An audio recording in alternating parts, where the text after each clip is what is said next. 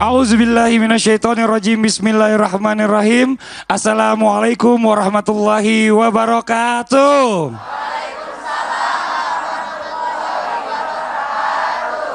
Jamaah.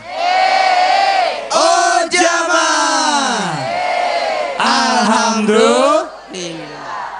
Alhamdulillahirabbil alamin. Hari ini kita ketemu lagi di Islam Itu Indah. Kita hari ini membahas tentang suami yang kehilangan surga. Nauzubillah summa nauzubillah. Kenapa bisa begitu? Banyak nih Bu ya, mungkin tanpa sadar para suami-suami ini sudah menzolimi istrinya. Sudah menyakiti hati istrinya yang membuat dia akhirnya berat melangkah untuk menuju ke surganya Allah. Mungkin coba saya tanya dulu kepada jamaah yang ada di studio. Satu yang ini deh, Ibu mohon maaf, Ibu namanya siapa? Siti Romlah. Ibu Siti Romlah. Harapan dari istri itu pengen punya suami yang kayak gimana Bu? Suami yang bertanggung jawab tentu, yang sesuai dengan syariat Islam. Suami yang mau memberikan teladan kepada istrinya. Karena suami ini ada 3 huruf, S-nya syaja'ah, keberanian. Suami harus berani. U-nya itu uswah, harus memberikan teladan. A-nya ini amanah, adil. Suami harus benar-benar adil dan amanah. M-nya itu manfaat, harus memberikan manfaat. Dan I-nya itu harus istiqomah sebagai seorang. Masya Allah tuh. Itu dari wanita loh, harapannya seperti apa ya kan? Nah sekarang langsung aja nih kita minta Ustadz Maulana menjelaskan yang pertama. Kalau kita berbicara tentang wanita Pak Ustadz, wanita ini di Islam ini sangat dimuliakan. Sampai Allah memberikan satu surah khusus untuk wanita, An-Nisa. Ya, surah An-Nisa, nah, tidak tapi, ada surah Rijal. Makanya, nah ini kenapa Pak? Tapi manusia nih, kalau laki-laki ini banyak yang suka menzolimi wanita nih. Sampai-sampai boleh dibilang apa ya? Sebenarnya apa sih penyebabnya yang membuat laki-laki ini menzolimi istrinya atau wanita? Silakan, mohon izin waktunya Pak Ustadz. Jamaah. Oh jamaah.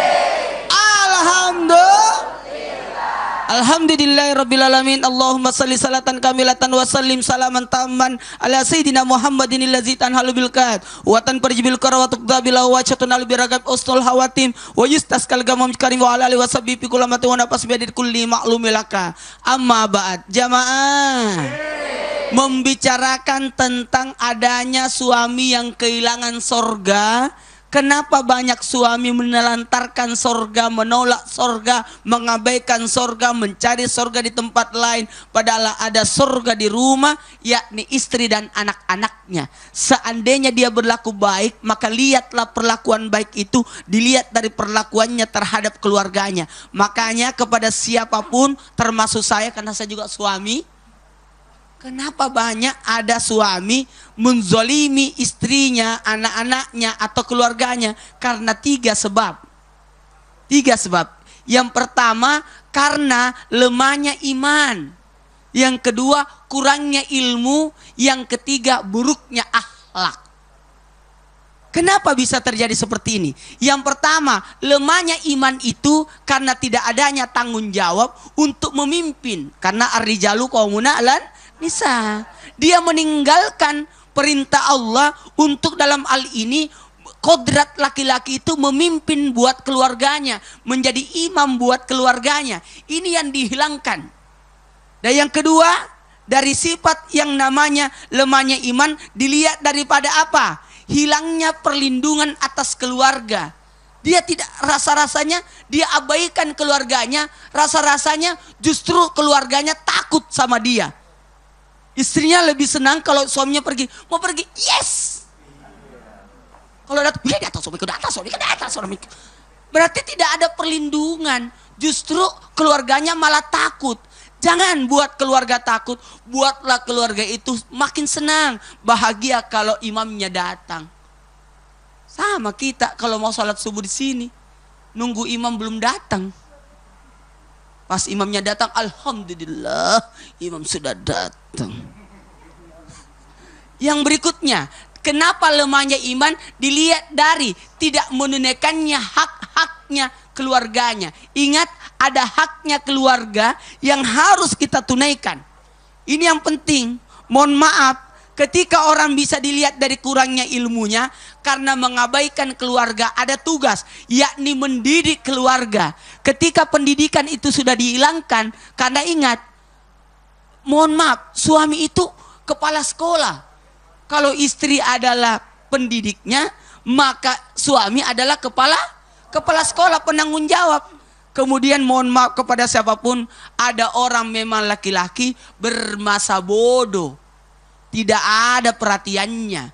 Makanya hati-hati, ketika sudah lemah iman, kurang ilmu, ada yang ketiga, apa itu? Rusaknya akhlak. Buruknya akhlak. Kenapa bisa buruk akhlaknya? Mohon maaf kepada siapapun, orang yang buruk akhlaknya ini adalah orang-orang yang tidak berlaku adil sama keluarga. Maka terjadilah kezaliman. Apalagi merendahkan kedudukan keluarga. Ingat, istri itu partner. Ibu, betul tidak? Istri itu partner. Diciptakan dari tulang rusuk sebelah kiri. Artinya apa? Untuk jadi partner. Bukan tulang rusuk dari kaki. Tulang dari kaki yang akan diinjak-injak, tulang dari kepala yang menginjak laki-laki. Astagfirullahaladzim. Ini akhlak loh. Betul. Makanya banyak suami Kenapa Pak Ustadz? yang membuat istrinya menangis. Kenapa begitu? Buat apa jadi baik kalau cuma baik di luar tapi di luar nggak bagus. Banyak juga orang ribut-ribut jadi pemimpin. Nggak taunya mimpin keluarganya aja nggak bisa. Nauzubillah summa nauzubillah. Pak Ustadz terima kasih banyak Pak Ustadz. Tepuk tangan buat Ustadz Maulana dong. Ini Masya Allah, ini di awal-awal tadi kita sudah membuka mata ya. Maksudnya kenapa sih kok laki-laki harus menghormati wanita gitu loh. Bagaimana mau jadi pemimpin. Kalau seandainya di keluarganya aja tidak bisa memimpin. Nauzubillah summa nauzubillah. Nih hari ini nih alhamdulillah nih buat jamaah yang ada di rumah. Tadi udah ngelirik-lirik sebelah kanan saya. Ada siapa sih hari ini? Kita kedatangan alhamdulillah yang terhormat Ustadz Abi Maki. Tepuk tangan lu dong Bu. Masya Allah. Jauh-jauh dari Mekah. Seneng banget. Ustadz sehat Ustadz ya? Alhamdulillah, Masya Allah. Nanti kita dengerin tausiah dari Ustadz Abi Maki nih. Nah hari ini kita kedatangan juga bintang tamu nih. Di sebelah kiri saya ada Mbak Ranti Purnamasari. Tepuk tangan dulu dong. Cie. Hari ini dia nggak datang sendiri. Seperti kemarin dia datang ditemenin suaminya Bu. Suaminya ganteng di sebelah kanan saya. Ada Mas Krisnawan Purawinata. Tepuk tangan dulu buat Mas Kris. Mas Kris sehat Mas Kris? Alhamdulillah. Saya mau tanya dulu sama Mbak Ranti nih. Mbak Ranti, mohon maaf sebelumnya ya. Saya mau nanya, kalau seandainya nih Mbak Ranti melihat sosok laki-laki yang suka menzolimi istrinya tuh pendapat Mbak Ranti kayak gimana tuh? Ya pastinya saya berharap suami saya nggak kayak gitu. Amin, iyalah. Tapi kan nggak kayak gitu dong. Enggak dong. Alhamdulillah enggak. Alhamdulillah enggak. Tapi apa yang pendapat Mbak Ranti kalau ngeliat orang kayak gitu kayak gimana tuh? Ya sebagai pemimpin keluarga kan harusnya berakhlak mulia ya Bu ya. Terus bisa membimbing anak dan istrinya untuk menuju ke surganya Allah nanti. Betul. Gitu. Jadi kita berharap sebagai suami ya ayah.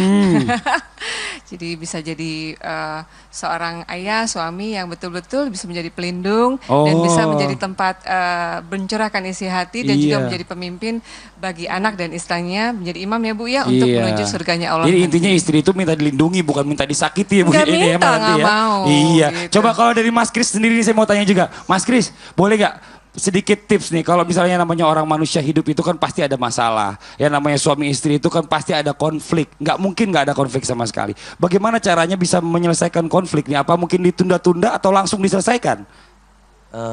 Kalau kami pada dasarnya adanya keterbukaan ya. Dengan adanya keterbukaan satu sama lain, insya Allah semua itu akan bisa terselesaikan. Tentunya dengan kesabaran dan pengertian ya. Iya, jadi saling mengerti dan komunikasi ya. Iya. Jadi kalau misalnya ada masalah langsung diselesaikan hari itu juga, jangan ditunda-tunda ya, bahaya ya nanti ya. Bisa setan yang masuk nanti, dikompor-komporin. Nanti istri ngomong sama siapa, suami ngomong sama siapa, yang nyampe akhirnya jadi ribut nanti. Nauzubillah semua nauzubillah. Ini mungkin sedikit lagi buat Mbak Ranti nih sedikit nih. Apa tips buat jamaah yang ada di studio nih dan di rumah nih buat pernikahan nih? Alhamdulillah pernikahan udah berjalan berapa lama nih Mbak Ranti? 17 tahun ya. Oh, tepuk tangan dong. Mau 18 malah. Mau 18. Saya baru 17. Ya udah mau 18 senior 1 tahun. Tapi kita perlu tanya dong tipsnya. Kalau dari Mbak Ranti, pernikahan yang awet itu apa sih tipsnya? Seperti yang tadi suami saya bilang, keterbukaan gitu ya. Terus kalau memang dikasih kepercayaan bisa mempertanggungjawab kepercayaannya. Suami, istri saling bertutur kata lembut ya Pak Ustadz. Dan kasih sayang, cinta jangan tutup-tutupi. Oh, gitu. Jadi diungkapkan saja hanya kepada pasangan, jangan kepada orang lain. Iya, kalau sama orang lain ntar nambah. Bisa Enak aja. banget ya. Iya dong. Penembangnya. Apa tuh? Parantinya. Kenapa? Pas acaranya suami istri. Terus Iya. bahas ini Coba, lagi. kalau saya pengen tahu kalau misalnya Mas Kris panggil Mbak Ranti gimana coba? Manggilnya gimana? Aku punya nama tersendiri. Punya nama buat tersendiri? Ranti. Aku panggil dia Osin. Osin? Ya. Kok Osin orang Jepang gitu loh, Iya. Osin. Osin. Iya, karena aku dari pacaran panggil Ranti itu Osin. Oh gitu. Ya, sampai sekarang manggilnya Osin. Osin, Coba kalau sama. contoh panggil dikit dong, coba dong. Panggil dulu Aku dong. cuma bilang, Sin. Iya. Kayak Balas asin. dong. Kalau istri panggilnya apa? Coba balas Mbak Ranti. Manggilnya apa manggil Mas Kris? Saya temporary ya, kadang-kadang yang, kadang-kadang AA, kalau udah mulai agak serius, Pak Kris. Gitu. Ini Masya Allah luar biasa. Tepuk tangan dong buat bintang tamu kita nih. Ini kita lanjutkan lagi ya di Tosi hari ini ya. Ini mungkin nih Ustazah Lulu nih mau izin waktunya boleh nih. Kita bicara masalah penyebab ya. Kenapa sih atau apa saja sih penyebabnya banyak suami yang kehilangan surga karena berbuat zolim terhadap istrinya atau pasangannya. Silakan mau izin waktunya. Terima kasih kakak. Jamaah. Oh jamaah. Alhamdulillah. Makan duren di Jelambar. Ibu bapak yang keren-keren apa kabar? Sehat semuanya? Masya Allah di sini bukan cuma ibu-ibu yang pakai seragam, bapak-bapak juga seragam. Ngomong-ngomong udah pada lunas belum Pak seragamnya? Kalau ibu-ibu kan kredit ya, kalau bapak-bapak alhamdulillah lunas. Pemirsa yang dirahmati Allah, insya Allah mudah-mudahan sehat walafiat, panjang umur dalam berkah. Subhanallah, rumah tangga ini menjadi PR untuk kita semua karena memang terus belajar dari hari ke hari. Karena hati-hati sekali terhadap suami yang zolim. Apa penyebabnya? Yang pertama, maaf, lelaki ini menjadi ayah. Ayah yang durhaka ini adalah perbuatan yang zolim. Dimulai dari memberikan nama yang tidak baik terhadap anak. Ada namanya diambil dari nama setan, nama neraka. Kadang juga diambil, ya Allah ini bagus banget dalam Quran, namanya Jahim. Wah udah diberikan anak aja Jahim. Ternyata itu neraka Jahim. Naudzubillah min zalim. Wah cakep nih nama anak nih ya. Wah Panci Masya Allah. Padahal nggak ada artinya. Ini durhakanya ayah terhadap anak, yakni memberikan nama yang tidak baik. Kemudian juga dalam memilih istri. Memilih istri yang tidak solehah, karenanya penting sekali. Yang pertama dilihat dari cantiknya, kemudian dari nasabnya, kemudian dari hartanya. Tapi yang paling penting adalah dari agamanya. Fazfar bizatidin taribat siadak. Lebihkan di agama maka akan datang keberkahan. Kemudian apa? Ayah yang tidak mendidik anak-anaknya menjadi ayah yang durhaka. Maaf ibu, kita punya anak, tentunya anak laki-laki, anak perempuan. Ketika anak perempuan sudah balik, maka wajib menutup aurat. Tapi kadang maaf, ayahnya gado-gado dimakan Bang Mamat, sikapnya bodoh amat. Ya Allah, cakep banget anak saya. Pakaiannya ya Allah, ini buka paha tinggi-tinggi. Udah gitu pakai you can see. Bangga ayahnya, bangga. Karena memang cantik wajahnya. Tapi maaf, itu kedurhakaan ayah terhadap anak, tidak menasehati anak. Naudzubillah min zalim. Anak mulai kenal terhadap laki-laki. Sehingga nantinya pergaulan yang tidak baik muncul. Ayah yang durhaka akan mendiami anaknya berbuat yang tidak baik, berbuat maksiat. Maaf, sekarang ada zamannya, yakni malam minggu. Apa tuh sebutnya? Malming, ya bu ya. Maaf ayah, jujur, tiada dusta di antara kita. Adakah yang datang menghampiri anak gadis ayah saat malam minggu? Ada ayah? Tok tok tok, assalamualaikum, waalaikumsalam. Wah, masya Allah. Mau apa ini? Ayah, saya mau ngapel. Maaf, nggak boleh. Karena pacaran itu haram. Cakep ayahnya. Tapi yang laki-lakinya bilang, maaf ayah, di sini tangan kanannya saya bawa martabak telur, di tangan kiri bawa martabak kacang. Iya dah, boleh. Ada yang begitu? Karena disogok mau, ya Allah, ini ayah yang durhaka, maaf. Kemudian apalagi? Yakni suami yang durhaka, melupakan tanggung jawab, kemudian bicara kasar, sampai akhirnya bersikap dayus. Tidak ada rasa cemburu ketika istri melakukan maksiat. Naudzubillah min. Apalagi yakni saudara terhadap perempuannya, dia seorang laki-laki kemudian bersaudara tapi tidak ada tanggung jawabnya, ini pun juga zolim. Apalagi maaf ketika kita lihat laki-laki pun juga seorang anak terhadap ibunya, terhadap ayahnya. Tapi ketika durhaka tidak memberikan sedekah, kemudian tidak memperhatikan ayah ibunya, maka durhaka. Na'udzubillah min zalik. Insya Allah mudah-mudahan kita terjaga dari kezoliman di rumah tangga. Na'udzubillah, Masya Allah. Jadi penyebab-penyebab itu banyak ya. Maksudnya dalam artian gini, bukan cuma kepada istri, tapi kepada adik, kepada orang tua dan juga keluarga itu bisa terjadi kezoliman ya Ustaz. Karena laki-laki perannya banyak sekali. Tadi gitu. suami, kemudian saudara, kemudian anak, dan yang paling penting memang jadi ayah dalam rumah tangga. Oh, terima kasih banyak Ustaz Zalul. Tepuk tangan sama Ustaz Zalul. Nah sekarang nih mungkin ya buat jamaah yang di rumah masih bingung nih. Sebenarnya kalau kita berbicara tentang bentuk-bentuk kadang kan abstrak nih. Apa sih yang kita lakukan yang bikin tuh kita menzolimi orang lain atau menzolimi istri, menzolimi keluarga tadi ya, menzolimi adik. Nah ini akan dijelaskan oleh Ustadz Abi Maki. Mohon izin Ustadz, boleh maju ke depan bicara tentang apa saja sekarang nih bicara masalah bentuk. Bentuk-bentuk kezoliman suami terhadap istri dalam Islam apa aja sih bentuknya? Mohon izin waktu silakan. Bismillahirrahmanirrahim. Assalamualaikum warahmatullahi wabarakatuh. Alhamdulillahirabbil alamin, segala puji yang sempurna hanya milik Allah Subhanahu wa taala. Salawat serta salam semoga terlimpah kepada junjungan kita Nabi besar Muhammad sallallahu alaihi wasallam. Sebelum melihat daripada bentuk-bentuk kezoliman suami terhadap istri apa saja, subhanallah saya ingin menyampaikan sebagai muqaddimah yang sangat-sangat penting dan tidak boleh kita tidak mengetahuinya. Harus tahu, sesungguhnya ketika Allah memerintahkan kita sholat, banyak orang bertanya, apakah Allah sholat? Ketika Allah memerintahkan kita puasa, apakah Allah puasa? Itu pertanyaan konyol sebenarnya. Iya. Tapi punten, yang harus kita jawab, ketika Allah memerintahkan kita untuk tidak berbuat zalim, Allah langsung menyatakan kalau dirinya adalah sebagai contoh untuk tidak pernah berbuat zalim. Bahaya zalim ini.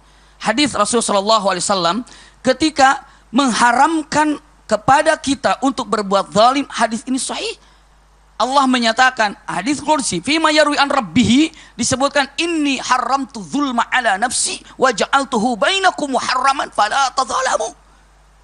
Jangan kalian berbuat zalim. Kenapa? Allah katakan dengan ucapan yang indah, sesungguhnya aku telah mengharamkan kepada diriku untuk berbuat zalim, maka aku haramkan kalian untuk berbuat zalim.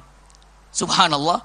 Jadi ketika kita mengingat, waduh saya tidak berbuat zalim. Kenapa? Karena Allah langsung mengatakan aku juga tidak pernah berbuat zalim. Karena kezaliman ini zulumat. Az-zulmu zulumat. Orang yang berbuat zalim kelak di akhirat kegelapan yang sangat gelap. Di dunia terang, ada matahari siang hari. Malam hari mungkin rembulan. Malam hari mungkin ada lampu. Tapi kelak di akhirat yang menerangi kita itu apa? Amal soleh. Lalu apa yang membuat kita gelap ketika bangkit di alam barzakh? Lalu kita di alam mahsyar, lalu dalam pembagian kitab, lalu ketika dihisab, lalu ketika diwazan, ketika kita berjalan di sirat, lalu kita menunggu di kantor, semua berada dalam kegelapan. Kenapa? Karena tidak adanya amal soleh. Yang membuat gelap adalah zulm atau perbuatan zalim. Ngeri sekali. Maka orang yang harus kita perbaiki dalam kehidupan sebenarnya itu adalah yang terdekat. Perbuatan zalim, ngeri sekali ancamannya sudah jelas, naru jahannam. Dan ternyata apapun yang ada di bumi ini itu adalah fasilitas untuk menuju surga. Punten, apapun. Kita punya harta, jadikan harta ini fasilitas menuju surga.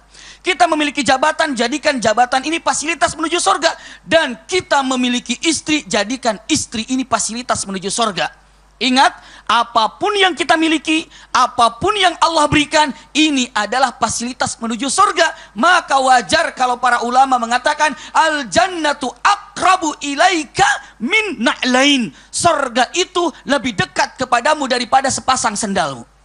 Ya, sekarang sendal yang kita pakai, sepatu yang kita pakai, sangat dekat sekali. Nggak ada jauh-jauhan. Kecuali kalau di masjid ditaruh takut hilang satu ditaruh sini, satu taruh sana. Iya, tapi akhirnya berjumpa juga. Betul, ya pengalaman Ustaz Maulana. Benar, iya. Nah surga ini lebih dekat daripada sepasang sendal. Tapi sangat disayangkan, dijauhkan. Kenapa? Karena kezaliman.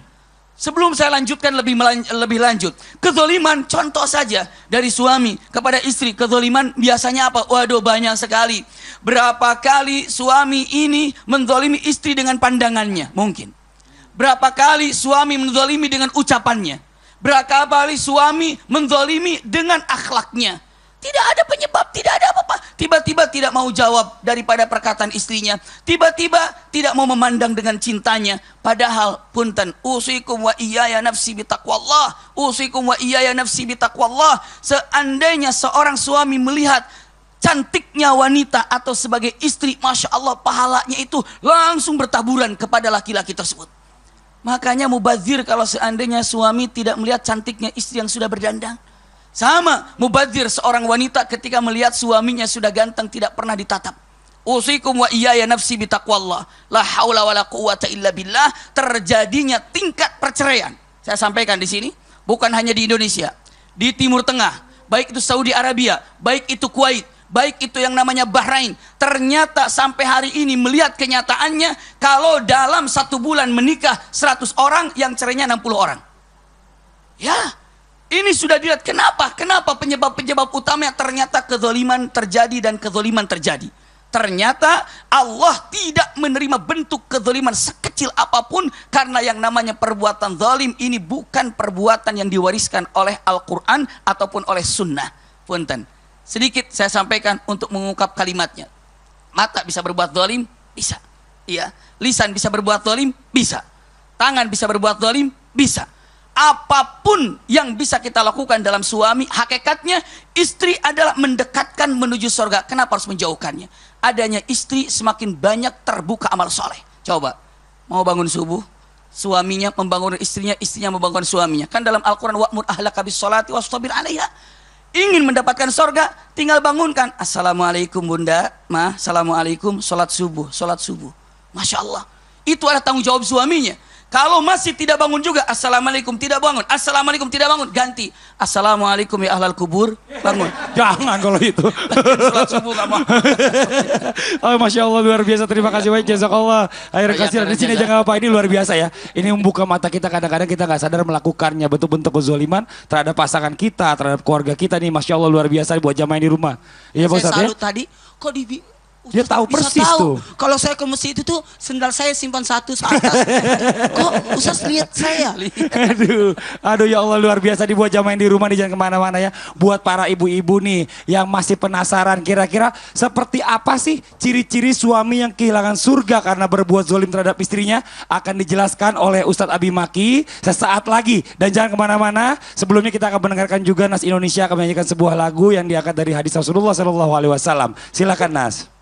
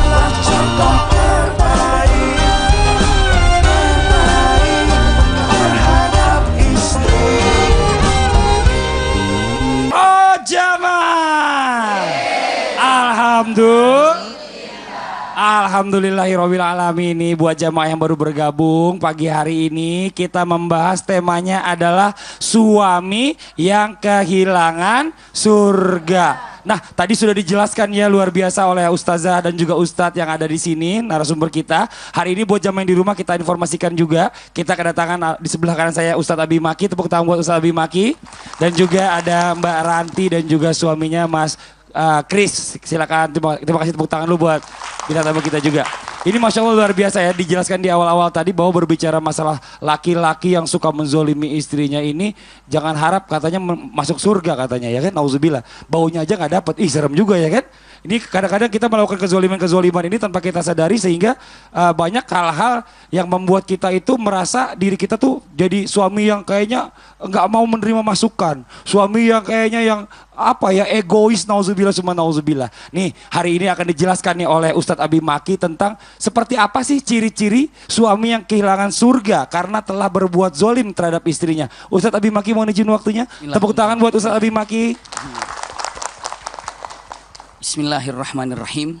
Sebetulnya kalau kita melihat dengan ciri-ciri suami yang kehilangan surga karena berbuat zalim terhadap istrinya, subhanallah, ingat bahwa dalam kalimat yang indah Al-Quran mengatakan latus alunna yauma idzin anin naim. Masya Allah, iya, semuanya akan ditanya oleh Allah Subhanahu wa Ta'ala kenikmatan yang kita miliki, termasuk jujur ayahanda, saya tanya, nikmat gak punya istri? Nikmat itu akan ditanya, itu akan ditanya. Tapi punten, ini pun merupakan amanah. Tadi disampaikan oleh Ustaz dulu dengan jelas sekali. Ada satu hadis memang dengan menyatakan bahwa amanah, benar-benar amanah. Sampai di dalam hadis dengan matana ada beberapa hal jika Anda memilikinya, bahkan 4 hal dalam arbaun man kunnafi, siapapun yang memiliki 4 hal ini, lihat, maka nggak apa-apa kehilangan dunia, semua nggak apa-apa. Yang penting punya 4 hal ini. Ternyata diantaranya apa? Masya Allah, yang dikatakan para alim ulama dengan tegas adalah laki-laki yang amanah. Allahu Akbar. Tahu ini adalah istri amanah dari Allah, dia akan ditanya nanti. Punten, kalau memang istri ini adalah amanah, anak juga adalah amanah, sudah sebesar apa kita memperkenalkan mereka dengan Allah? Sudah sebesar apa? Kadang kita melihat mereka waktu sholat kita biarkan, mereka waktu ngaji mereka biarkan. Iya, tapi waktunya sholat, waktu ngaji, mendingan kalau sholat dan ngaji, kalau mereka tidak. Lalu kita membiarkannya sholat subuh, kasihanlah, kasihan dia masih kecil, kasihanlah dia kecapean semalam. Hakikatnya bapak telah mendolimi istrinya, mendekatkan api neraka kepadanya. Na'udzubillah. Istrinya tidak berhijab misalnya, punten, dibiarkan begitu saja. Dia yang mengatakan, biarkan saja kelihatan seperti itu tidak disengaja telah mendolimi istrinya, menjerumuskan ke dalam neraka. Ya.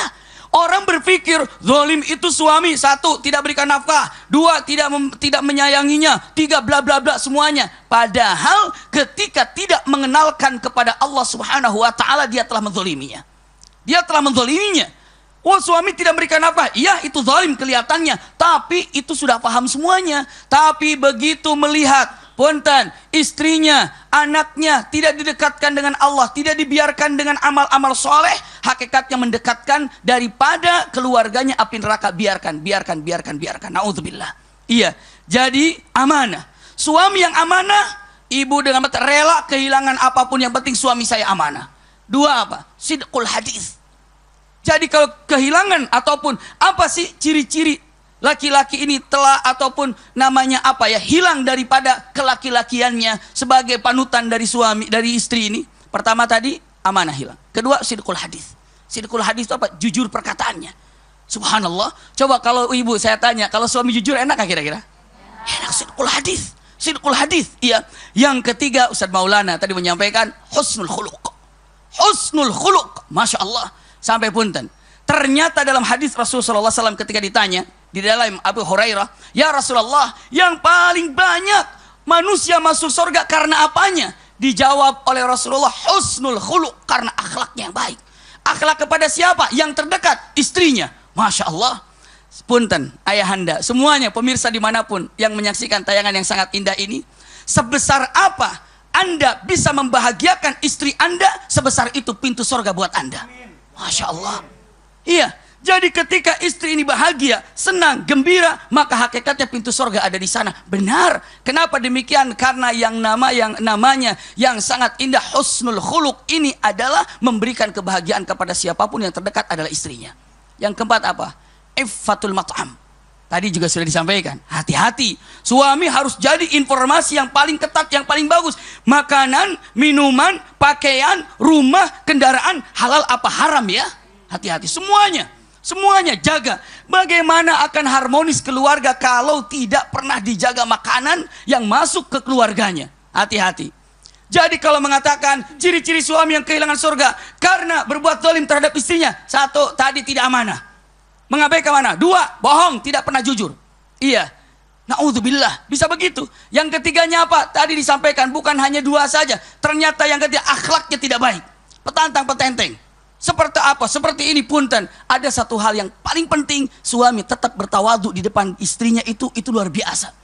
Punten, yang paling hebat disampaikan oleh Syekh Aid Al-Qarni, kalau istri sedang cerita, istri sudah menyampaikan perkataannya atau apa saja, laki-laki cukup diam jawabannya. Diam. Kenapa? Karena itu adalah sebagai perlindungan untuk menjaga. Itu perkataan, kalau dijawab tambah repot. Hanya 4 jawabannya atau 3. Bapak begini. Iya. Nanti gini. Oke, nggak diulang. Maaf, itu saja. Iya, oke, maaf. Iya, oke, maaf. Selesai urusan.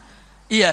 Kalau ditambah lagi tidak bisa. Lalu punten, 4 hal inilah yang menjadikan laki-laki ahli surga ketika dipraktekkan di dalam keluarganya dan akan memboyong istrinya menjadi ahli jannah. Amin ya rabbal alamin. Masya Allah, tepuk tangan dong Bu. Jazakallah khair nih, luar biasa nih Ustaz.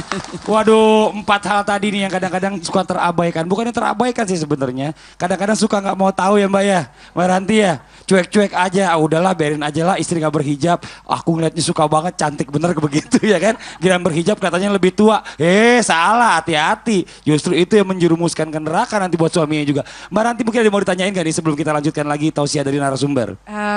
Mau tanya Pak Ustadz ya, kalau misalnya ada hukumnya apa buat seorang istri yang pergi meninggalkan rumah, suami dan anaknya karena udah nggak tahan? Istrinya meninggalkan rumahnya karena udah nggak tahan sama suaminya. Suaminya suka mukul. Suaminya suka mukul. Iya, jadi istrinya nggak tahan, dia pergi meninggalkan rumah beserta anak dan suaminya. Anaknya ditinggalin juga sama suaminya. Dia cuma bawa diri doang. Iya, itu gimana Pak Ustaz? Mungkin dari yang sebelahnya dulu nih Ustazah Lulu, silakan. Ya, Masya Allah ya, jolim sekali itu suaminya. Ada baiknya ketika dibicarakan terlebih dahulu, didiskusikan, kemudian seperti apa. Dan ketika istri sudah sampai pergi meninggalkan rumah, itu berarti sudah fatal sekali.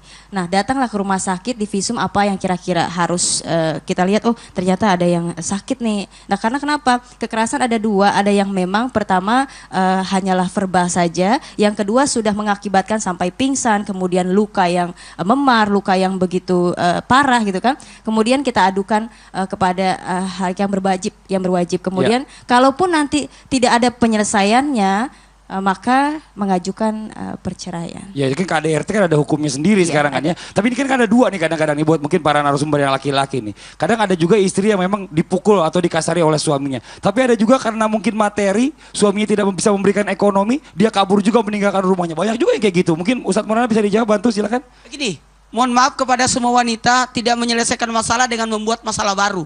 Orang tidak akan melihat tentang kezaliman yang dia tidak lihat. Suamiku memukul aku, orang nggak lihat kan? Tapi ketika engkau meninggalkan rumah, bisa jadi orang tidak akan berpihak padamu, tapi justru engkau yang disalahkan. Makanya sebenarnya ada tahap demi tahap yang dilakukan oleh wanita ketika disolimi oleh suami. Oh wanita. Katanya. Tuh. Oh wanita. Ada kezaliman, bentuk kedurhakaan laki-laki terhadap wanita itu yang tidak bisa ditolerir. Ada yang bisa ditolerir, itu bisa dimaklumi. Contoh mungkin karena tidak menafkahi bisa jadi suaminya sakit. Dan mohon maaf kepada wanita, ada tahap demi tahap. Yang pertama ingatkan dulu. Ingatkan, kalau memang ingatkan tidak bisa, maka cari orang yang bisa bantu untuk mengingatkan dia, entah itu mertuanya, entah itu saudaranya, entah itu sepupunya, entah itu gurunya, atau orang yang ditakuti oleh suami, atasannya kah, bosnya kah, terserah. Nanti yang ketiga ini kalau memang tidak bisa ditolerir lagi, baru mengajukan. Betul. Mengajukan, mohon maaf, tanda kutip itu. Saya tidak enak nyebutnya, cerai. Nauzubillah. Kalau keluar, wanita yang meninggalkan rumah hilang haknya. Dan dianggap salah. Nauzubillah. Ustadz Abi mohon tambahkan, silakan. Mohon izin. Bismillahirrahmanirrahim.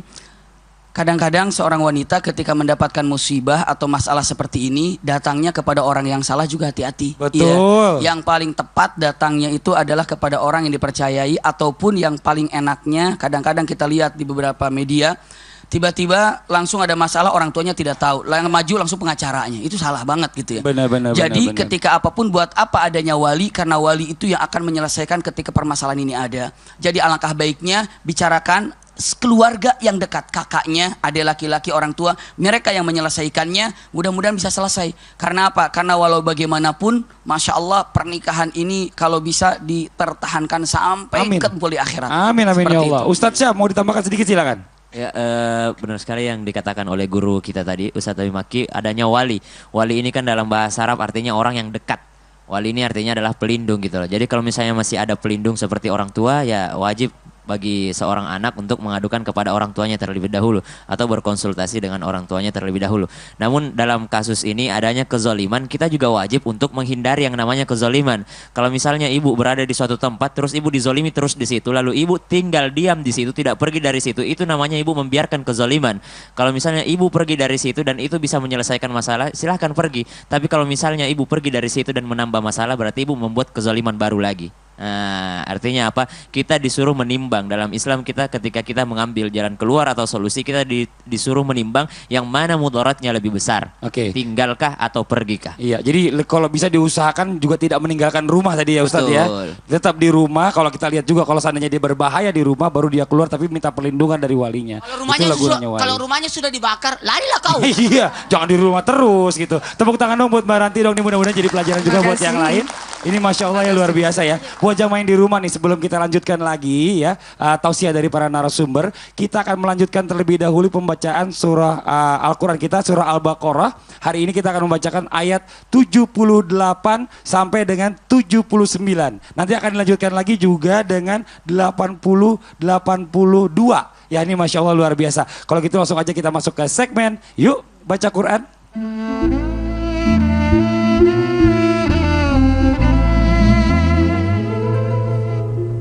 Untuk itu langsung aja Ustadz Syah mohon izin waktunya untuk bisa memimpin pembacaan suci Al-Quran 78-79. Silakan. Ibu-ibu jamaah sekalian sudah dibuka Al-Qurannya Bu. Ayat 78. Awal ayatnya tuh wa minhum. Ya Bu ya, bapak-bapak sekalian. Baik, jamaah yang di rumah sekalian. A'udzu billahi minasy syaithanir rajim. أعوذ بالله من الشيطان الرجيم بسم الله الرحمن الرحيم بسم الله الرحمن الرحيم ومنهم أميون لا يعلمون الكتاب إلا أماني ومنهم أميون لا يعلمون الكتاب إلا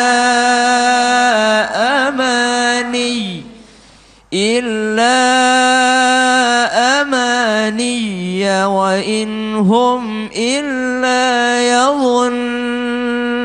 يظنون إلا أماني وإن هم إلا يظنون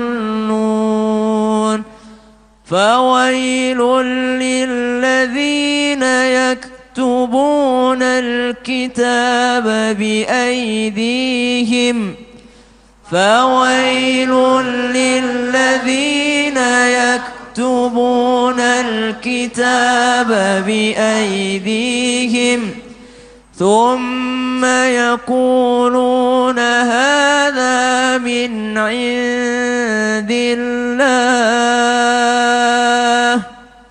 ثم يقولون هذا من عند الله ليشتروا به ثمنا قليلا ليشتروا به ثمنا قليلا فويل لهم مما كتبت أيديهم فويل لهم مما كتبت أيديهم وويل لهم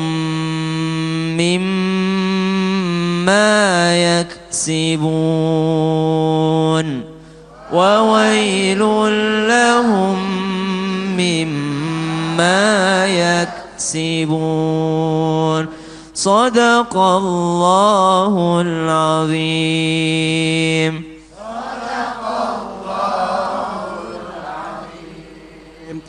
Alhamdulillah, Masya Allah, baru saja tadi kita membacakan surah Al-Baqarah ayat 78 sampai dengan ayat 79. Buat jamaah yang di rumah ini jangan kemana-mana. Nanti kita akan lanjutkan lagi segmen Yuk Baca Qur'annya. Kita akan mulai lagi dari ayat 80 sampai dengan 82. Setelah yang satu ini tetap di Islam Itu Indah. Jamaah, oh jamaah, alhamdulillah.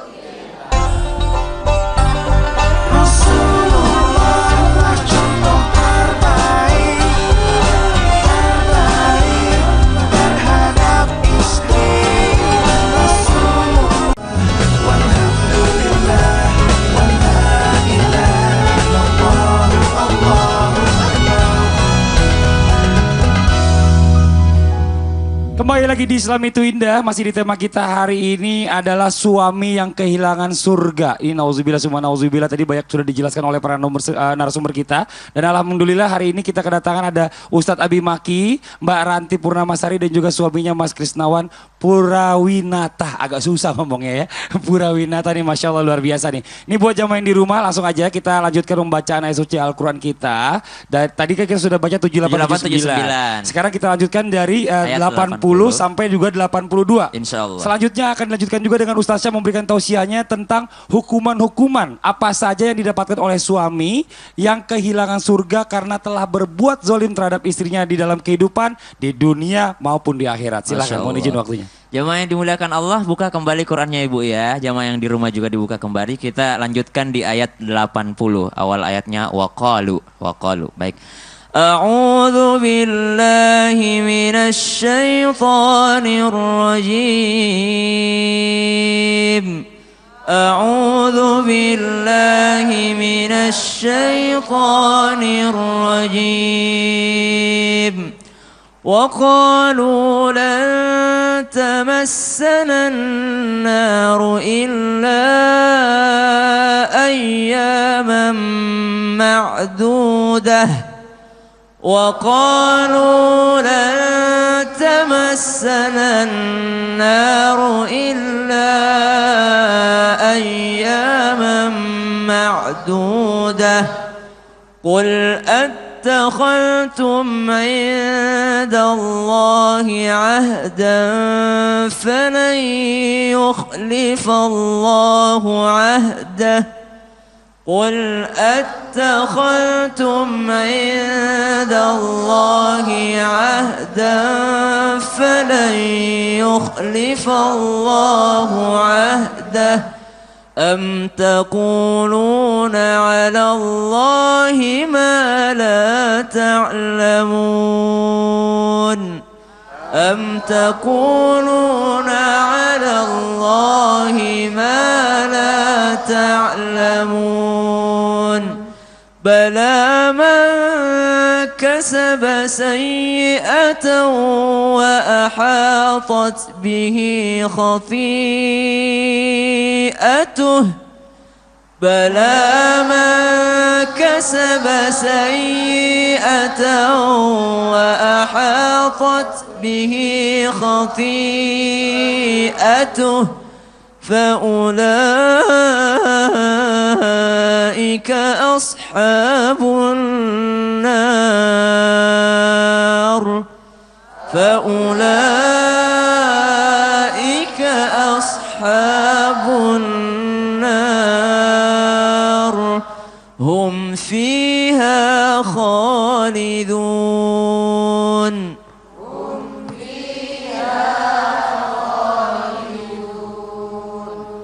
والذين آمنوا وعملوا الصالحات والذين آمنوا وعملوا الصالحات أولئك أصحاب Ulaika ashabul jannah hum fiha khalidun.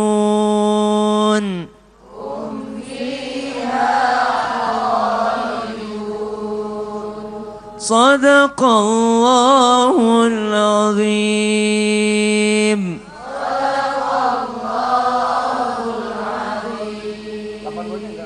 Masya Allah, jamaah yang dimuliakan Allah Subhanahu wa Ta'ala, kita sudah baca ini sudah sampai ayat ke-82 surah Al-Baqarah, udah setengah juz lewat nih. Insya Allah, mudah-mudahan selesai satu juz dulu baru masuk bulan Ramadan ya. Nah ini kita akan lanjut terus, insya Allah kita selesaikan Al-Quran kita. Di ayat tadi ternyata Allah menjelaskan sebuah kalimat, sebuah ayat yang juga berkaitan dengan kezaliman yang biasa manusia lakukan, yang suami lakukan, yang manusia lakukan. Allah Subhanahu wa Ta'ala jelaskan, bala man kasaba sayyi'atan wa ahatat bihi khati'atu faulaika ashabun nar. Orang-orang yang tenggelam dalam berbuat zalim, tenggelam dalam kezalimannya, tenggelam dalam kesalahannya, maka mereka ini adalah faulaika ashabun nar. Mereka inilah penghuni neraka. Jadi kalau ada pertanyaan, apa saja balasan bagi suami-suami yang zalim terhadap istrinya, atau bagi seseorang yang zalim terhadap orang lain, yang zalim terhadap keluarganya. Jadi gini Bu, zalim itu ketika ada orang punya hak tapi kita nggak kasih. Misalnya anak kita punya hak untuk diajarin agama tapi kita orang tua nggak ngasih. Misalnya pasangan kita punya hak untuk disayangi, untuk diimami, tapi kita nggak kasih, itu namanya zalim. Misalnya kita punya orang tua, lalu kita tidak berbakti kepada orang tua, itu namanya zalim. Ya, jadi semuanya adalah kezaliman. Nah, kemudian apa saja balasan bagi orang-orang yang berbuat zalim? Dijelaskan tadi, tentu saja kalau dia sudah menghilangkan surga, kemana lagi dia Bu? Kira-kira Bu? Kalau orang-orang nggak ke surga, berarti dia ke? Masa dia mau ke tempat lain? Cuman ada dua tempat nanti, surga dan neraka. Berarti hukuman yang paling besar sudah jelas adalah neraka bagi mereka. Kemudian Allah Subhanahu wa Ta'ala menjelaskan kepada kita orang-orang yang zalim, innallaha la yuflihul zalimun. Di dunia apa balasan bagi mereka di dunia? Maka orang-orang yang zalim ini tidak akan pernah menjadi orang yang beruntung. Dalam surah Al-An'am dijelaskan innallaha la yuflihul zalimun. Sesungguhnya sesungguhnya orang-orang ini, orang-orang yang zalim tidak akan pernah beruntung di dunia. Ada yang mengatakan, kok rezeki saya seret ya, kok rezeki saya tidak masuk-masuk ya, saya sholat 5 waktu kok, saya puasa, bahkan puasa saya Senin Kamis kok, bahkan saya puasa sunnah saya banyak kok, bahkan sedekah saya banyak kok. Memang Anda sedekah terhadap orang lain, tapi Anda lupa bersedekah terhadap keluarga sendiri. Ada terjadi kezaliman, ada hak orang lain yang Anda tidak berikan. Maka dari itu Allah sebutkan innahu la yuflihul zalimun. Tidak akan pernah beruntung orang-orang yang berbuat zalim terhadap orang lain. Ibu, jamaah, orang berbuat dosa kepada Allah. Tadi disebutkan oleh guru kita Ustadz Abi Makki bahwasanya Allah tidak akan pernah berbuat zalim. Coba lihat bedanya. Kalau orang manusia berbuat dosa kepada Allah, Allah tidak akan pernah zalim. Kalau kita sudah tobat kepada Allah, Allah ampuni, selesai sudah, tidak ada lagi urusan. Tapi kalau kita berdosa kepada manusia, kita minta maaf kepada Allah Subhanahu wa Ta'ala. Kata Allah, engkau tidak berdosa sama saya, ngapain kau minta maaf sama saya? Kembalikan dulu haknya orang lain yang kau zalimi, baru kau minta maaf sama saya. Banyak nanti orang di surga, dia sudah mau masuk ke dalam surga tapi ditarik kembali. Allah ingatkan kita dalam Al-Quran, a'udzubillahi minasyaitonirrajim. Ya ayyuhalladzina amanu anfusakum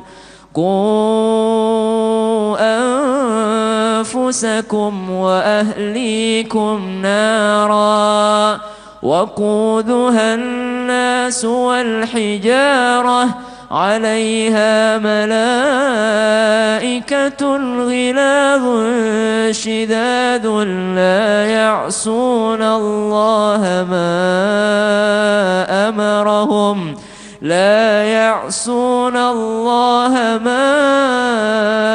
أمرهم ويفعلون ما يؤمرون wahai orang-orang yang beriman, jagalah diri kalian dari api neraka dan ingat, bukan hanya diri sendiri tapi wa ahlikum, berarti ada haknya keluarga. Kalau kita tidak menjaga keluarga berarti kita sudah menzalimi mereka, seperti yang dikatakan ustadz-ustadz kami tadi.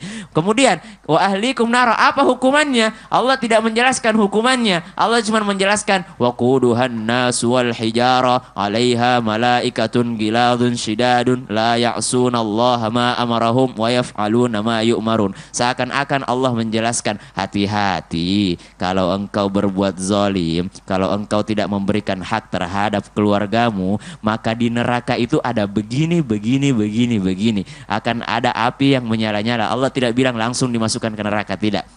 Tapi Allah menjelaskan sebuah ancaman. Supaya apa? Supaya Allah masih memberikan kita kesempatan di dunia. Supaya kita masih ada kesempatan ini, Bapak Ibu jamaah sekalian. Masih ada kesempatan supaya kita tidak berbuat zalim terhadap orang lain atau terhadap keluarga kita. Jamaah. Kemudian apalagi balasan di dunia bagi orang-orang yang suka berbuat zalim. Banyak sekali ayat yang menjelaskan, innallaha la yahdil qaumadz zalimin. Sesungguhnya Allah tidak akan memberikan petunjuk terhadap orang-orang yang zalim. Kalau tidak ada petunjuk hidup di dunia, mau ngapain kita di dunia, Bu? Kalau tidak ada yang ngasih tahu kita, kamu harus ini, kamu harus ini. Kalau Allah tidak memberikan petunjuk, apa gunanya kita di dunia ini? Yang kita butuhkan di dunia ini hanyalah petunjuk dari Allah Subhanahu wa taala. Itu hilang arah kita kalau tidak ada petunjuk dari Allah Subhanahu wa taala. Makanya bukan hanya di akhirat hukumannya, tapi juga di dunia ketika seseorang berbuat zalim, wa may ya'mal mithqala dzarratin khairan yara wa may ya'mal mithqala dzarratin syarran yara. Berbuat kebaikan sekecil apapun itu ada balasannya, berbuat keburukan sekecil apapun itu akan ada balasannya. Ada yang bertanya, apakah dalam Islam ini ada hukum karma? Dalam Islam ini dijelaskan bahwasanya keburukan itu nanti kita dapat balasannya nanti di akhirat. Tapi ada juga keburukan-keburukan yang insya Allah langsung balas di dunia. Tapi ini rahasianya Allah. Kalau kita mau lihat keburukan Allah balas di dunia, kita lihat banyak sekali orang-orang yang buruk tapi Allah belum balas. Karena keburukan ini sejatinya nanti dibalas nanti di api neraka. Akan tetapi kalau kita melihat rahasianya Allah, maka Allah juga akan menyimpan hukuman bagi orang-orang yang berbuat zalim. Na'udzubillah. Subhanallah. Nah gini, buat bapak-bapak yang lagi nonton, lah hari ini kita lagi di dikte nih, dengarkan. Mohon maaf kepada kita semua, ketika suami itu bersabar atas istrinya, karena kita kan menikahi bukan malaikat. Betul. Kita menikahi manusia bukan malaikat yang kadang-kala memancing emosi kita. Termosi. Apa? Emosi gitu ya. Emosi kita. Makanya laki-laki yang bersabar atas istrinya sehingga dia bersabar atas perlakuan istrinya, maka diberikan pahala seperti pahala Nabi Ayub. Amin ya Allah. Amin. Dan istri yang suaminya zalim dan dia tabah dan dia bersabar dan mendoakan supaya suaminya diberikan petunjuk, maka akan diberikan pahala seperti Ratu Asia. Amin ya Allah. Seberapa bejatnya Fir'aun, Ratu Asia tetap tabah. Amin ya Allah, amin ya Rabbal Alamin. Ini buat jamaah yang ada di studio dan juga jamaah yang ada di rumah. Sesaat lagi kita akan mendengarkan tausiah dari Ustadz Abi Maki. Menjadi solusi kita semuanya bagaimana caranya menjadi suami yang tidak kehilangan surga karena telah menzolimi istrinya. Mau tahu seperti apa caranya? Tetap di Islam itu Indah. Jamaah. Oh jamaah. Alhamdulillah. Rasulullah contoh terbaik terhadap istri. Rasulullah contoh terbaik. Jamaah. Oh jamaah. Alhamdulillah. Subhanallah, insya Allah mudah-mudahan Allah berikan kita keluarga yang sakinah, mawaddah, warahmah, saling nasihat, menasehati dalam kebenaran dan menetapi kesabaran. Amalan apa saja agar kita terhindar dari perbuatan zolim, terutama bagi suami yang zolim? Pertama, ingat akan konsekuensi pernikahan. Ketika pernikahan maka ada mitsaqon ghalizo, ada ikatan yang kuat di sana, menjalankan, menunaikan hak dan kewajiban, begitupun juga istri. Insya Allah semoga kita semua dapat memegang amanah yang Allah berikan, karena nanti akan dimintai pertanggungjawaban tentang istri, kemudian anak, dan terutama bagi kita semuanya, Kita yang tinggal memilih bagaimana potret kita dalam keluarga. Tentunya kita semuanya senang selfie. Senang selfie Bunda? Suka selfie? Dalam rumah tangga pun juga ada. Kita akan membangun bagaimana kita membentuk potret rumah tangga yang baik.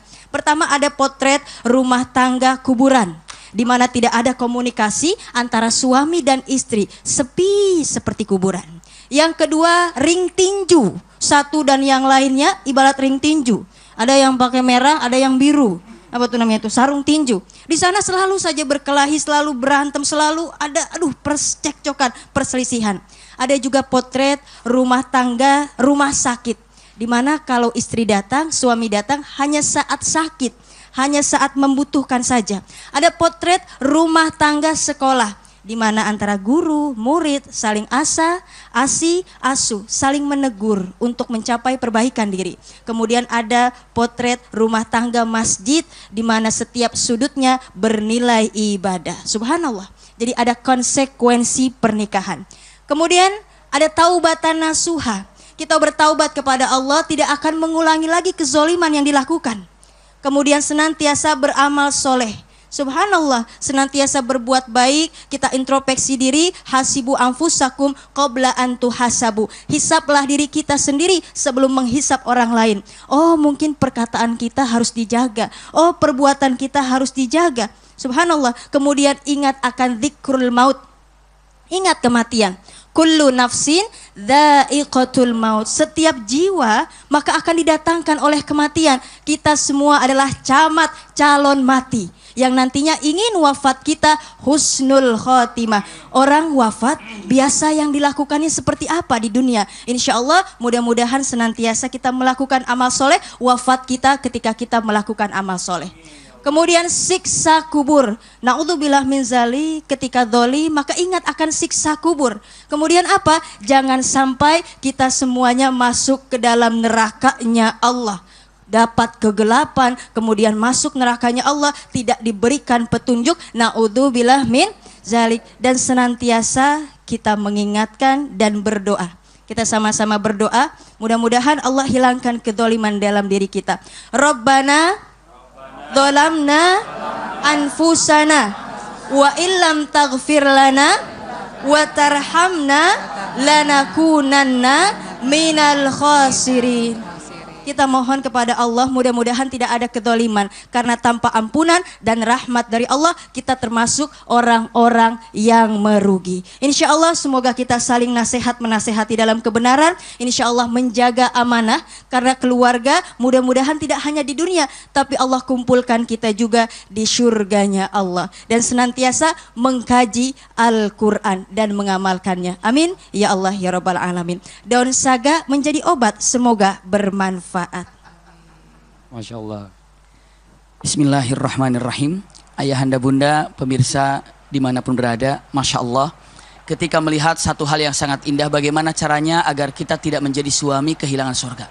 Karena perbuatan zalim terhadap istri, punten, itu penyebabnya. Usikum wa iya ya nafsi bitaqwallah.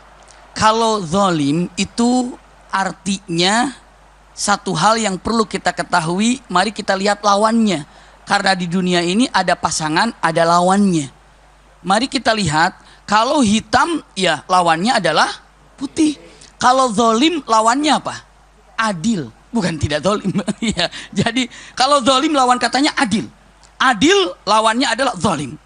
Tadi sudah diungkap sedikit dari kalimat yang ada suratun Nisa. Perhatikan pemirsa dimanapun berada, dalam Khawatirul Qur'aniyah, Dr. Amr Khalid dengan tegas mengatakan, jika Anda melihat dari awal sampai akhir suratun Nisa, maka semua akan berbicara tentang keadilan. Sehingga para ulama dengan mengatakan ini adalah suratul adalah. Jadi kalau para ulama dengan menyatakan suratun Nisa, punten, suratun Nisa disebut juga dengan matan suratul adalah. Ya, suratul adalah adalah suratun Nisa. Pertanyaan yang unik dan indah, kenapa surah yang berbicara tentang keadilan justru dinamakan surah An-Nisa? Kenapa? Sehingga diangkat karena wahai suami, yang diperlukan oleh istri kalian adalah keadilan saja, itu pertama kali. Keadilan. Wakan keadilan itu bagi laki-laki yang punya istri 2, istri 3, istri 4. Siapa bilang Anda wahai laki-laki adil juga apabila punya istri 1, tetap adil. Suami makan apa, istri makan apa, adil lah. Suami makan di restoran, bungkus. Isinya sama kalau bisa. Subhanallah. Lalu itulah keadilan. Suami melakukan apa? Adil kepada istrinya.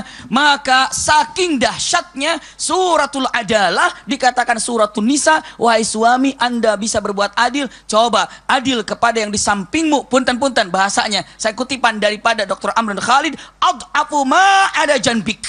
Orang yang terlemah di sampingmu itu adalah istrimu. Adillah terhadapnya. Itu dia. Suratul adalah namanya suratul nisa. Selanjutnya yang harus kita pegang juga, ternyata bagaimana caranya adil ya, yang sangat indah, contohnya hebat. Kalau kita perhatikan nasyid kita hari ini mengatakan contoh terbaik dalam kepada istri itu siapa? Rasulullah. Coba perhatikan tadi, ya, renungkan kata-kata tadi, indah sekali. Contoh terbaik untuk istri adalah, atau untuk suami kepada istrinya adalah Rasulullah. Lo dengan apa Rasulullah? Pegang baik-baik. 1, adil. 2, kiblatnya contohnya adalah nggak usah jauh-jauh. Al-Quran sudah dengan mengatakan kata-katanya ini adalah uswatun hasanah. Untuk siapa uswatun hasanah? Rasulullah uswatun hasanah buat kita. Pantesan. Kalau ditanya Rasulullah ditanya, ya Rasulullah, untuk apa Anda diutus ke muka bumi ini? Ternyata Rasulullah jawabnya tidak gini. Untuk ngajarin sholat? Tidak. Untuk ngajarin puasa? Tidak. Untuk apa engkau diutus ya Rasulullah? Untuk ngajarin haji? Tidak. Ternyata Rasulullah dengan tegas, innama bu'istu liutammima makarimal akhlak.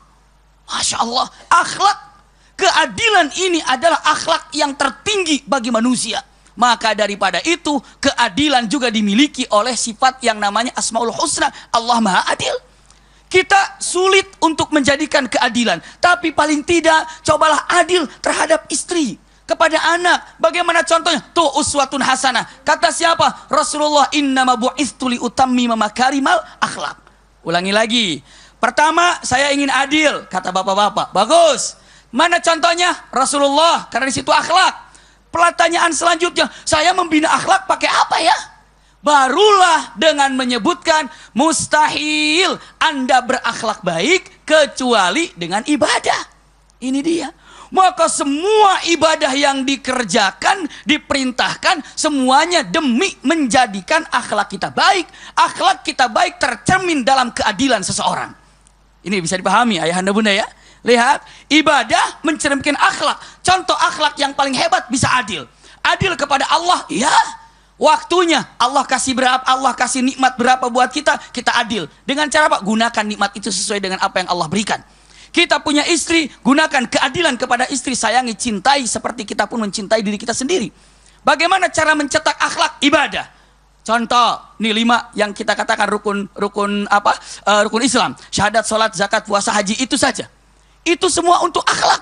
Tidak percaya? Mari kita buktikan. Salat dulu, salat. Al-Quran mengatakan, inna salata tanha fahsya'i wal munkar. Masya Allah. Jamaah yang sangat indah di sini, hafal Quran ternyata semuanya.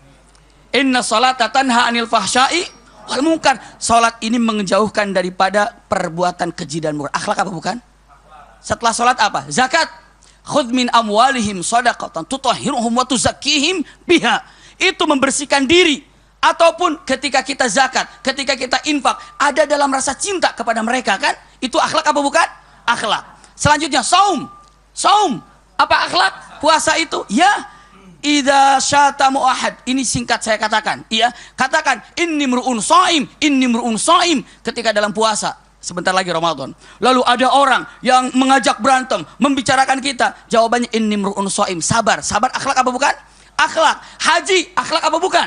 Akhlak. Faman farada fihinnal hajja fala rafatha wala fusuqa wala jidala fil hajj. Rafath, fusuk, jidal, menjaga akhlak. Maka semuanya adalah pembinaan akhlak. Sehingga para ulama bercerita dan menyampaikan, mana sih yang lebih penting, ibadah apa akhlak? Ayo, mana lebih penting, ibadah apa akhlak? Pemirsa merenung, ibadah apa akhlak ya? Ibadah apa akhlak ya? Persis seperti saya tanya gantian, mana yang lebih penting, makan apa kenyang? Mana yang lebih penting, makan apa kenyang? Kenyang, yang penting kenyang, gak usah makan saya. Nggak bisa.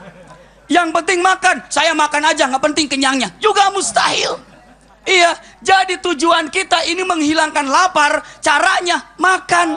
Tujuan kita pembinaan akhlak, caranya ibadah. Hanya ibadah yang sanggup menjadikan akhlak kita baik. Tapi Abi Makin itu hebat ibadahnya, tapi akhlaknya nggak bagus. Dia bukan ahli ibadah, tukang ibadah itu. Tukang haji, tukang sholat, tukang zakat, ya. Tukang apa? Tukang ngaji, akhlaknya nggak ada perubahan. Kalau tukang gurunya musiman, musim ngaji ikut ngaji, musim taraweh ikut taraweh nanti tuh, musim pakai hijab semuanya, musim zakat pakai zakat semuanya, itu musiman. Tapi kalau ahli gurunya adalah ilmu yang membimbingnya. Sekarang apakah kita mau jadi ahli ibadah apa tukang ibadah, itu pertanyaan. Jika ahli ibadah, akhlaknya akan berubah. Kalau akhlaknya berubah, cerminkan keadilan di dalam jiwa ini. Masya Allah. Masya Allah. Oh, jelas nih buat semuanya nih. Kalau bawa bapak tuh makan di restoran, pulang-pulang jarang bungkus. Coba kalau ibu-ibu. Makanya saya itu alhamdulillah setiap diundang acara, saya tidak pernah makan di tempat. Oh, gitu? Selalu minta dibungkus supaya saya bisa makan sama keluarga. Wih. Karena kalau makan di situ cuma satu piring aku makan. Oh, gitu. Tapi kalau dibungkusin bisa banget. Ini Masya Allah nih. Mungkin langsung aja kita ambil kesimpulan aja Ustadz Maulana, silakan mohon izin. Alhamdulillahirrahmanirrahim, tema kita hari ini luar biasa bagusnya. Karena ini berkaitan dengan keseharian kita, keluarga kita.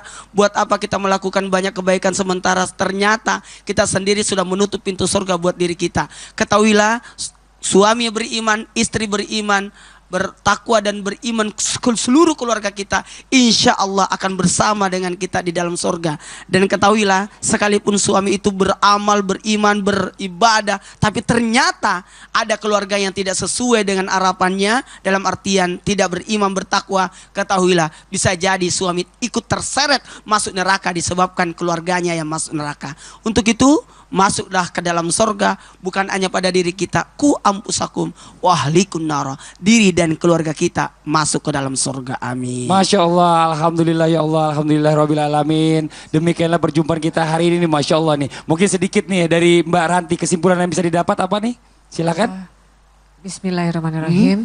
Yang insya Allah kami dan semua di sini mendapatkan pelajaran hari ini kalau Amin. Keluarga yang baik berdasarkan dari pemimpin yang baik, imam yang baik. Amin. Dan mudah-mudahan kalau imamnya baik bisa mendidik semua suami dan istri dan anak-anaknya untuk menjadi masuk ke surganya Allah nanti. Ya, Masya Allah. Kalau dari Mas Kris, apa nih dapat kesimpulan hari pertemuan kita hari ini?